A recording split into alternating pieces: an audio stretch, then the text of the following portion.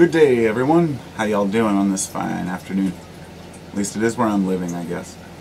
This particular video, this is my second take, because I started out and I got about a minute into it and realized I was out of space. And it seems like whenever I get a good start to a video, I always end up running out of space or running out of battery. So, try this again. In this particular video, my intention isn't to, first off, the disclaimer is I'm not intending to put any belief systems down, nor is it my intention to prop or boost any particular belief systems up. And often when a person is attacking a subject or a belief system, it is in support of their own, or in resistance to all belief systems. And when I say system, I could mean, I guess, just the perspective of an individual. I could give it the name of religion, but that assumes that there are particular guidelines a person's following, and religion tends to have structure and order to it. I should start off by mentioning that no matter how good a teacher is, and no matter how good a speaker or a philosopher or a religious leader is, they're faulty humans. They make mistakes, they make errors in judgment. It doesn't mean that they can't provide a lifetime of phenomenal advice to people. But I suppose I should start off by saying, well, a couple of people I'm going to mention are Madame Blavatsky and Manly P. Hall. Now, there's a lot of talk about Blavatsky these days, because she, in the 1800s, was the founder of the Theosophic Society. Her and the president, who was like her cohort there, I can't remember his name, but the idea of the Theosophic Society was, the love of knowledge, the love of wisdom, gaining and seeing God through wisdom. I've never mentioned her, but I've mentioned a lot about Manly P. Hall. And the reason is because I haven't done a whole lot of work researching Blavatsky, because some of her ideas were so extreme and unprovable that it becomes futile to even discuss them. So I'm going to start off by talking about Manly Hall. He believed in reincarnation. He believed in many different aspects of traditional, I guess, Buddhist-type beliefs of balance, equality, understanding, accepting life for what it is.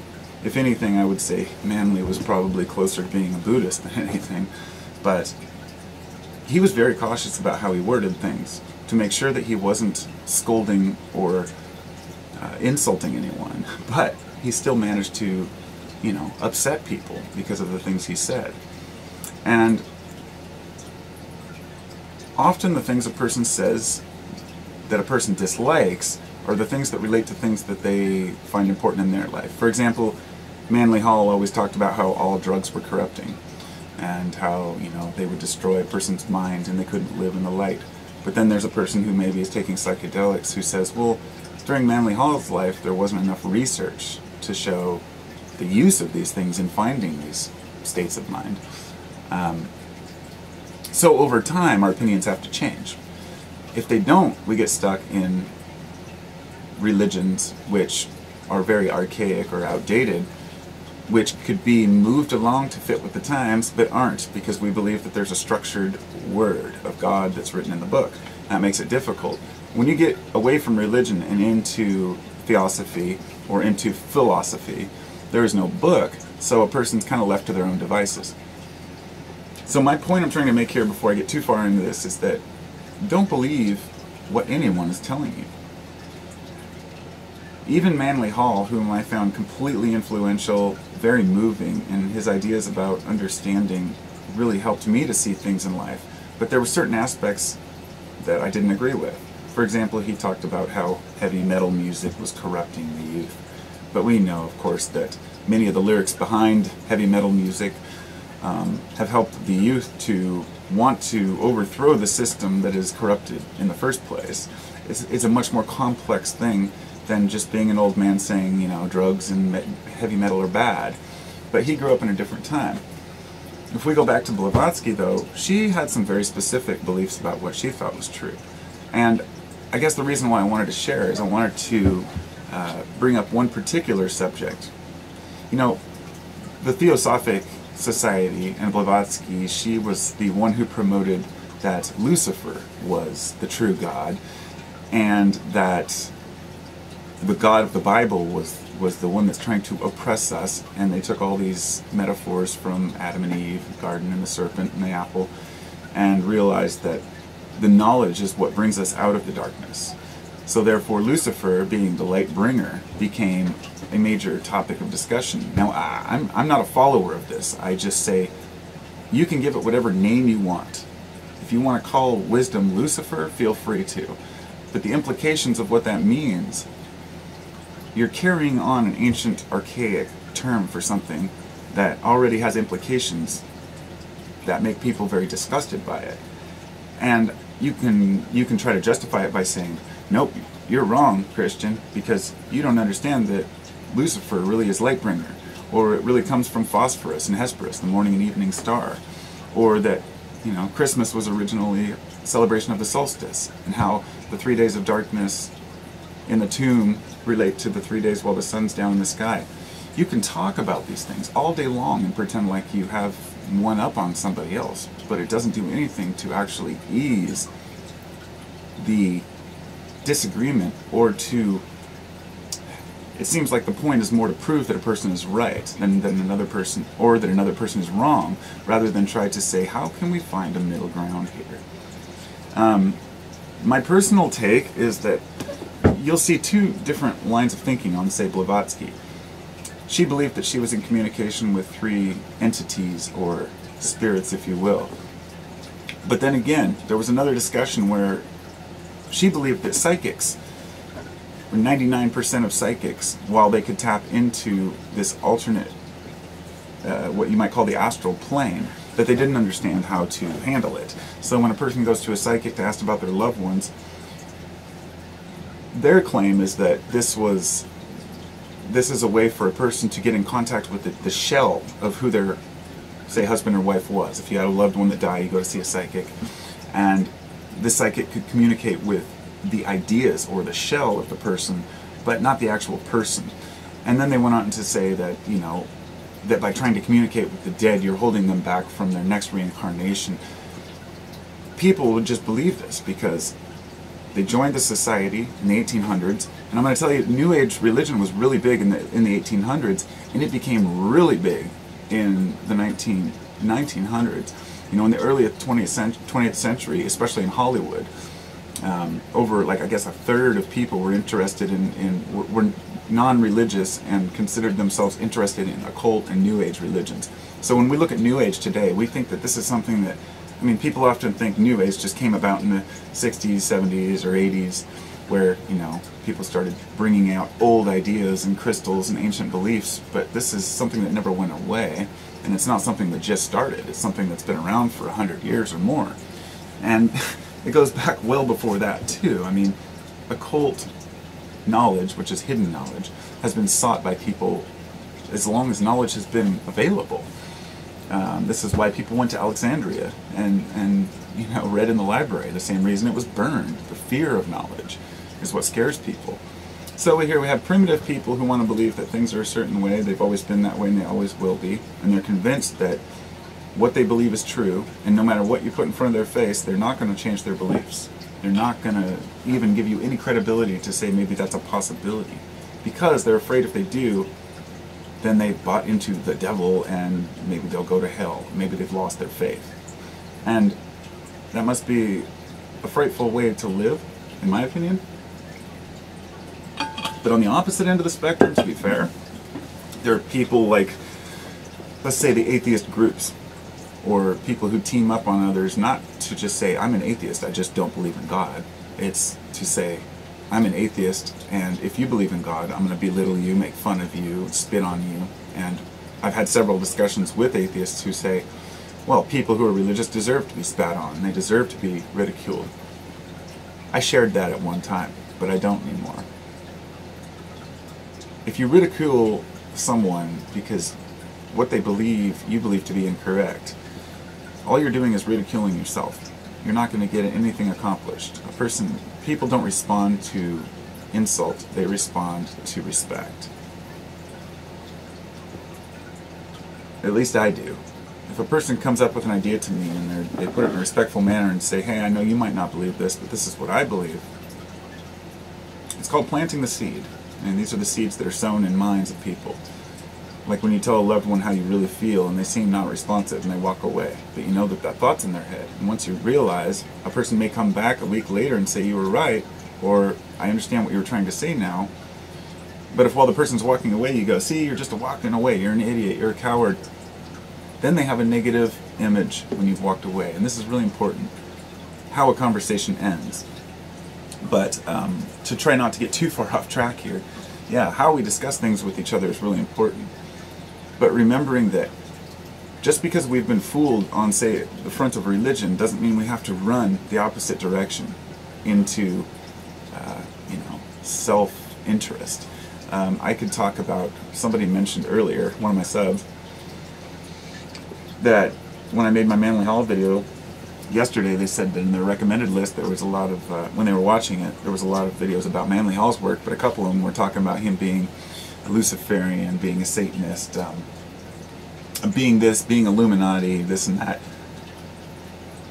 People with knowledge have always been feared and they've always been ridiculed. My belief is that guys like Manly Hall, he had a photographic memory apparently. He could remember so many things, and after listening to thousands of his hours of his work, I realized that when you put it all together, he's just trying to promote equality and truth and fairness, and he wants people to be able to fix the world, but at the same time realizes that many of the long arm of nature doesn't respond to human wants and needs. In other words, things are the way they are sometimes because they are that way. And when you compare humanity to nature, it's easy to say, well, nature's rough, well, humans need to be rough. And this is how people like Aleister Crowley pop up. Now, Crowley was between those times. I can't remember exactly when he was born, but in the mid 1900s, he was really popular. He was, the bad boy of occult knowledge. The truth is, I've researched quite a bit about Crowley, and in his later life, he kind of fell apart. He lost it. He started to question. There's a belief that he began to question, whether living the way he did was a good way to live. And in my opinion, it was a horrible way to live. It was well known that they had a large building, I think it was in Mexico, where people would come and they would do all kinds of chants and ceremonies. It was basically his little cult. And so over a period of time, they began doing things like having sex with animals, sacrificing goats, all the stuff that you hear about when people talk about Satanists. These are the people who really do worship Lucifer, if you will, but not Lucifer. Because Lucifer is wisdom and light and knowledge, and this is where my whole point, I'm trying to bring it together. When you try to title and name things, it makes it difficult for people to understand what you're talking about. If I were to say Lucifer brings knowledge, many Christians would be like, what are you talking about? You have to realize how people associate still Lucifer with Satan, with the devil, which none of them should be really associated with anything but the negativity in this universe, which then you have to assume that what you think is positive, and it becomes very complicated quickly to know, when we anthropomorphize what we want as humans and try to assume that the rest of the world wants that, or the universe wants that, we're just kind of playing games. We don't really know shit. So, how do we know what's true?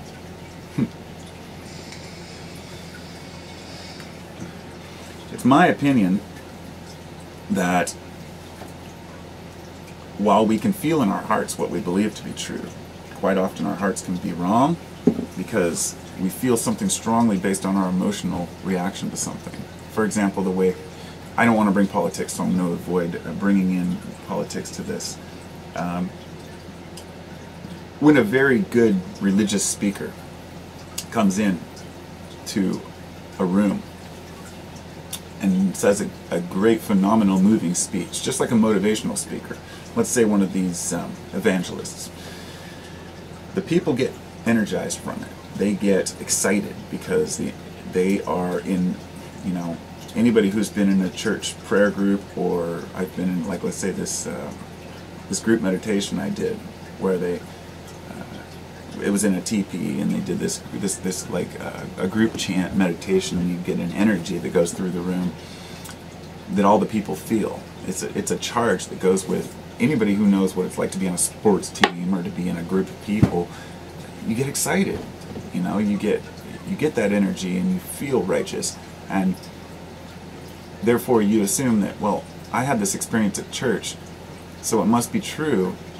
But if you had the same experience at a different church, it must not be true, or you must be fooled by Satan, or it must be, you know, evil posing as something great. And I'll just say, if there ever was evil posing as something great, it would be people like Aleister Crowley, who went and believed that you can just drink and party and fuck and sacrifice your way to happiness. We can see that that didn't work for them. And people like him led into what people are talking now about the Cabal, the Illuminati. The original Bavarian Illuminati was from 1776 to like 89, I think, something like that. And a lot of people like to believe that they carried on under different names. Well, sure, secret societies have been around for thousands of years. But when people talk about like New World Order, there are two different lines of thinking. One says that there are groups trying to dominate the world for full control of people and ultimate slavery of everyone. And then there are people that say that the New World Order is really those who are trying to bring us out of the Dark Ages and into something greater. That many of the original secret societies formed in order to escape Christian persecution, because the state would kill you if you spoke against the church or believed something other than that Jesus was the Savior. And this still happens with Mohammed. I mean, look at what people are doing when someone paints a picture of their God. And it's not even their God, because Mohammed was a person. People love to believe other people. I guess that's the only way I can really put it. People want to believe that there's another person alive that can tell them how to live and explain what life's about. And if they can't find someone who's alive, they will seek someone who is dead. And this is why this resurgence with Blavatsky and Manly Hall, I mean, all these different people. See, Manly Hall isn't quite as popular as some of the occult authors, because he's very dry and matter-of-fact, and he doesn't tell you what you want to hear. He tells you what you need to hear. So, no matter how much respect I have for Manly Hall, there's still some points of him that I have to say, you know, prove it, or why should I believe this? And he was a flawed human. He had beliefs too. He had ideas. He was a little bit arrogant. I'm a little bit arrogant. It's hard not to be when you're talking with people and you want to express something, and you have to step back and say, wait a minute, okay, I might not know as much about this as I thought I did. I better just shut up. I don't do that though. I just keep talking. To leave on a note, I try to never say I'm here to tell you the truth. My wife and I were talking about this morning. She said, at least you don't have truth in your name. Because we were talking about YouTube, and I said, I can be a bit arrogant. I'm just trying to express myself. And she's like, well, at least you don't have truth in your name. You just speak what you think, and other people can put their opinions in if they want. And I thought about all the folks in the past who I've encountered who have, and I'm not trying to insult anyone in particular here, dozens of people who have truth this or truth that in their screen names or on their blog posts or websites. This is the truth.org or truth this, truth that, and you go in there and you check it out and you disagree with one thing, and all of a sudden you're a shill, you're an agent, you're a reptilian, you're Illuminati, you're whatever. And it makes people who are really seeking truth go underground and want to form smaller societies and groups of people who understand. Folks who can be open-minded. Folks who can walk into a room with 10, 15 people, have a discussion, and walk out no one really the wiser and no one the leader, but rather a collective insight where everyone can walk away gaining something from it. I don't dismiss anyone for any reason. I should say I don't dismiss any teacher just because I hear one thing about them or I don't agree with one thing. I've listened to all of Manly's work. I've listened to a lot of Blavatsky's stuff and read some of her things. I don't agree with it all, and I honestly see how people could fall in and believe this, but I have no evidence to believe that she had 3 people talking to her, or 3 spirits. And my belief is that if I summoned spirits, and I had spirits with me, I wouldn't expect people to believe that I'm being, that they're speaking through me either. In other words, a person, it's very, very difficult to distinguish a charlatan from a true prophet, or wise man or woman. That for me is one of the hardest things, and honestly nobody really resonates with me enough to say that this person is saying the truth. And I'll tell you something, there are people who I believe are 100% being honest. You will never hear them. You'll never hear from them, because nobody wants to hear the boring old truth. Because the reality of it is it's not as exciting, because there are no, as you may want it to be, that the image we have of the invisible worlds and dimensions, how they're right here. I mean, the things may be much more simple than we think, or much more complex, but either we can't understand the complexity, or it's much too simple for us even to realize. And some of the things that we take too far are things like values and what's right and what's wrong. Who should we worship? Who should we pray to? All these things become irrelevant when you step back from humanity and say, what's working? What's really working? Has religion worked for this group? Well, no. Places like the Vatican, beautiful jewels and libraries and walls, and there are still Christians starving. So it's not serving any purpose. It's serving the arrogance of mankind to try to support his God, not his people. And I think supporting your own kind is the most important thing. And many of these philosophers have wanted to better the world, but nobody wants to hear them. Nobody wants to hear somebody just say, I'm not sure. They want to hear people who have facts. And all the charlatans come out of the walls, out of the woodwork, sorry, with all of their facts. I get emails from this group. It's not a group, rather, it's a, let's see if I can find one. I think I just got one the other day. It's this group of supposedly new age kind of bullshit, and the kind of stuff that they're sending me. Here's one. I would do this in a separate video, but I figure since I'm already doing this, I'll just mention it. Portal to Ascension presents Before History, The Hidden Origins of Civilization with Jamie Janiver. February 28th. Register now. Let's see how much it is. It's like, I don't know, what, 40, 50, 100, 200 bucks for an online thing. And so they show a bunch of pictures of Stonehenge and Mayan calendars and glyphs. And the first paragraph talks about how we're all taught in school, this and that, but then we find out that we were wrong. So come to our online presentation and you will hear the truth about history. The reason I mention this is because these folks are charging to tell you about things they claim are things that humanity needs to know. That tells me that they're full of shit. Doesn't mean that people can't collect a little bit of money for the research they do in life. People have to live.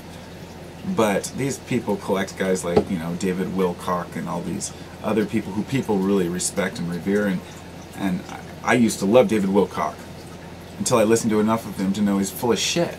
I'm sorry. That's just how I feel. You can't mix a little bit of truth with a bunch of fantasy and bullshit and have people continue to believe it. And I've been moved by many speakers, many teachers, and a lot of the people on these shows and these, I would have revered years ago and been like, wow. And a little note about it says, Jamie Janiver has been trained by Nassim personally to present his unified field theory as one of his official emissaries. Having presented the theory over 100 times in the past 3 years alone, be prepared for a fascinating journey packed with fundamental information and stunning images. And that's what we're addicted to. Information and pictures that move us. And that kind of stuff. It's easy to fall for a lot of these charlatans today that don't even realize they're doing it. So I'm going to leave on this note that many of the people out there who are presenting knowledge and information, when they become too popular or too well noticed or too recognized, they start to believe many of the things that they were unsure about. Then they start to have to pin them down into solid facts. Otherwise, people don't want to hear it. So if you want to attract a group, if you want to get funding, if you want to start an organization, you have to have facts and figures. People don't want to hear what ifs. They don't want to hear you say, well, I think that we're spiritual beings, but I'm not sure. And we may or may not reincarnate.